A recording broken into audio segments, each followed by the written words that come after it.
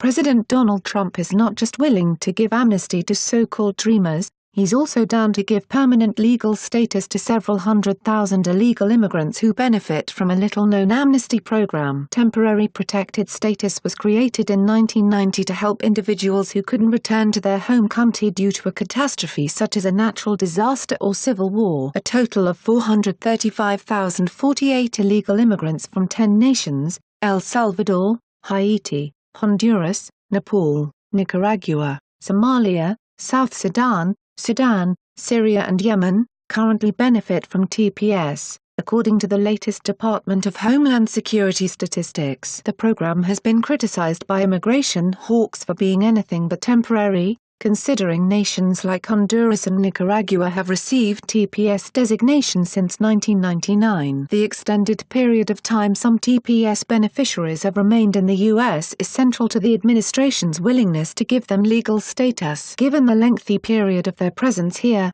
Congress may wish to find a solution that allows them a more permanent status versus this 18-month to 18-month temporary fix that has been going on for 2 decades, a senior administration official, speaking on the condition of anonymity, told reporters Tuesday. That is up to Congress, but the administration would support Congress' efforts to find such a solution. We do hope and encourage Congress to look at this and find a solution. 3 Florida congressmen have already introduced legislation granting a path to citizenship for illegal immigrants from Haiti, Nicaragua, El Salvador or Honduras who received TPS protection prior to January 13, 2011. Around 410,000 illegal immigrants from these countries get TPS. While hoping and waiting they would be able to return to their native countries for years, Nicaraguan, Salvadoran, Honduran and Haitian migrants have become essential parts of the South Florida community by contributing to our local economy and our culture, Republican Florida Rep. Carlo Cabello,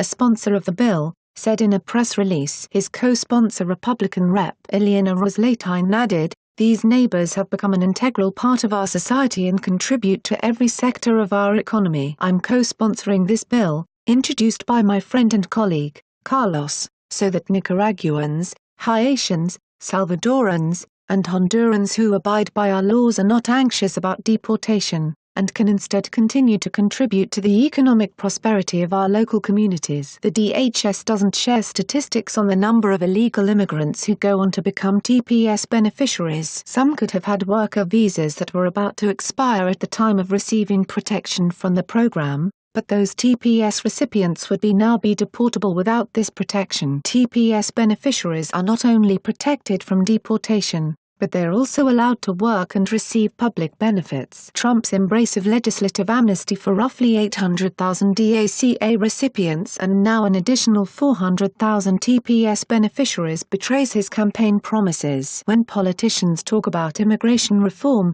they usually mean the following: amnesty, open borders, and lower wages, Trump said in a major immigration speech on August 31, 2016. "We will break the cycle of amnesty and illegal immigration. There will be no amnesty." Like a potential DACA deal, the White House is seeking to get immigration enforcement and legal immigration reforms in any sort of TPS legislation. The administration's position on DACA, TPS, and immigration enforcement priorities is consistent in that we believe, and the president has espoused this on the campaign trail and in office, that any legislation that Congress puts forth should take into account and promote the best interests of the American people above other interests, a senior administration official told the DC Wednesday.